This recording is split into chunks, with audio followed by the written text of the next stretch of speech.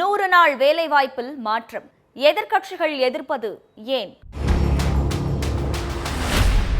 கிராமப்புற மக்களின் வேலை வாய்ப்பை உறுதி செய்யறதுக்காக 20 வருடங்களுக்கு முன்னால கொண்டு வரப்பட்ட திட்டம் தான் மகாத்மா காந்தி தேசிய ஊரக வேலைவாய்ப்பு உறுதி திட்டம். இப்போ இந்த திட்டத்துல பல மாற்றங்களை செஞ்சு திட்டத்தோட பெயரையும் மாத்த மத்திய அமைச்சரவை ஒப்புதல் கொடுத்திருக்கு. இதுக்கான மசோதா நாடாளுமன்றத்துல தாக்கல் செய்யப்பட்டிருக்கு. இனி இந்த திட்டத்தோட பெயரு விக்சித் பாரத் வேலைவாய்ப்பு மற்றும் வாழ்வாதாரத்துக்கான உத்தரவாத திட்டம். அதாவது Viksit Bharat guarantee for Rozgar and Ajeevika mission கிராமின்னு இருக்க போகுது. சுருக்கமா VBGRAMGன்னு இருக்க போகுது. எதிர்க்கட்சிகள் இந்தியாவின் ஆன்மாவான காந்தியோட பெயரை மாற்றுறது பாஜகவோட வன்மம்னு கடுமையா குற்றம் சாட்டியிருக்கு.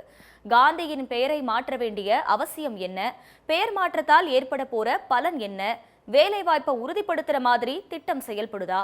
இதையெல்லாம் தான் ஸ்பாட்லைட்ல பார்க்க போறோம். மன்மோகன் சிங் தலைமையிலான காங்கிரஸ் ஆட்சியில் கொண்டு வரப்பட்ட திட்டங்கள்ல முக்கியமானது மகாத்மா காந்தி தேசிய ஊரக வேலைவாய்ப்பு உறுதியளிப்பு திட்டம். ஊரக பகுதியில் வசிக்கும் குடும்பங்களோட வாழ்வாதாரத்தை மேம்படுத்துற விதமா 100 நாட்களுக்கு ஊதியத்துடன் கூடிய வேலைவாய்ப்பை உறுதி செய்யற வகையில 2005ஆம் ஆண்டு இந்த திட்டம் உருவாக்கப்பட்டுச்சு.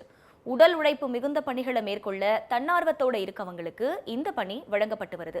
இப்போ இந்த திட்டத்துல பல மாற்றங்களை செஞ்சு புதிய மசோதாவை மத்திய அரசு தயாரிச்சிருக்கு. அதன்படி வளர்ந்த பாரத வேலைவாய்ப்பு மற்றும் வாழ்வாதார ஊரக உறுதியளிப்பு திட்டம்னு பெயர் மாற்றம் செய்யப்பட இருக்கு. இந்த புதிய மசோதாவின்படி ஒரு நிதியாண்டுக்கு 100 நாட்களா இருந்த வேலைவாய்ப்பு 125 அதிகரிக்கப்பட்டிருக்கு. வேளாண் பருவ காலங்கள்ல விவசாய வேலைகளுக்கு ஆட்கள் கிடைக்க வசதியா அந்த காலத்துல 125 நாட்கள் திட்டத்தின் கீழ் எந்த பணிகளையும் மேற்கொள்ளக்கூடாதுன்னு மசோதாவில் தெரிவிக்கப்பட்டிருக்கு. விண்ணப்பித்த 15 நாட்களுக்குள்ள ஒருத்தருக்கு வேலை வழங்கப்படாத பட்சத்துல அவங்களுக்கான உதவித்தொகையை மாநில அரசுகள் வழங்கணும்னு மசோதால மாற்றம் செய்யப்பட்டிருக்கு.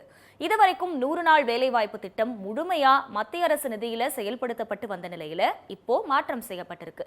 சட்டப்பேரவை இருக்கிற மாநிலங்கள் மற்றும் யூனியன் பிரதேசங்கள்ல இந்த திட்டத்துக்கான நிதியில 60% மத்திய அரசும் 40% மாநில அரசுகளும் வழங்கணும்னு வடகிழக்கு மாநிலங்கள் மற்றும் இமயமலை பகுதிகளில் இந்த திட்டத்துக்கான நிதியில மத்திய அரசு 90%ஐயும் மாநில அரசு 10% வழங்கணும்னு சொல்லப்பட்டிருக்கு. காங்கிரஸ் கட்சியோட MP பிரியங்கா காந்தி நாடாளுமன்றத்துல புது மசோதாவுக்கு எதிராக கடுமையா பேசியிருக்காங்க. மாநில அதிகாரங்களை குறைச்சு மத்திய அரசு அதிகார குவிப்பில் ஈடுபடுது.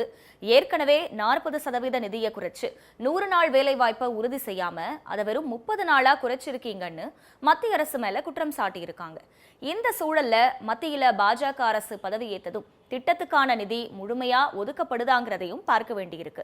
2021-22ல 98,468 கோடியும் 2022-23ல 73,000 கோடியாவும் 2023-24ல 60,000 கோடியாவும் ஒதுக்கப்பட்டிருக்க. இதனால திட்டத்தோட நிதியை ஒவ்வொரு ஆண்டும் மத்திய அரசு குறைச்சிட்டு வந்ததை பார்க்க முடியுது. ஒதுக்கப்பட்ட நிதிகளோட அடிப்படையில 100 நாள் வேலை வாய்ப்புங்கிறது சராசரியா 40ல இருந்து 50 நாளா குறைஞ்சதாகவும் சில தரவுகள்ல தெரிவிக்கப்பட்டிருக்கு. 100 நாட்கள் வேலை வாய்ப்பை கிராமப்புறங்கள்ல உறுதி செய்ய மத்திய அரசு 2,72,000 கோடி ரூபாயை ஒதுக்கினா மட்டும்தான் சாத்தியம்ங்கிறதையும் பார்க்க வேண்டியிருக்கு. இந்த திட்டத்துல ஏற்பட்ட நிதி பற்றாக்குறையை பத்தி கருத்து சொன்ன உச்சநீதிமன்றம் இந்த போக்கு கொத்தடிமை தொழிலாளர்களுக்கு சற்றும் குறைவில்லாத ஒன்றுன்னும் இது அரசியலமைப்போட 23வது பிரிவை மீறுற செயல்னும் தெரிவிச்சிருக்கு. 100 நாள் வேலை உறுதி திட்டத்துக்கு தேவையான நிதியை மத்திய அரசு ஒதுக்குறது இல்லைங்கிற குற்றச்சாட்டை மாநில அரசுகள் முன்வச்சிட்டு வந்த நிலையில இந்த புதிய மசோதா மாநில அரசுகளுக்கு கூடுதல் சுமையை கொடுக்கும்னு சொல்லப்படுது. இதுவரைக்கும் மத்திய அரசே முழு செலவுகளையும் ஏத்து நிதி ஒதுக்கின நிலையில இப்ப மத்திய மாநில அரசுகள் நிதி பகிர்வை மேற்கொள்ற விதமா திட்டத்தை மத்திய அரசு மாத்தியிருக்கு. மத்திய அரசு 60% நிதியை ஒதுக்க மாநில அரசுகள் 40% நிதியை பங்களிக்கணும்னு சொல்லப்பட்டிருக்கு.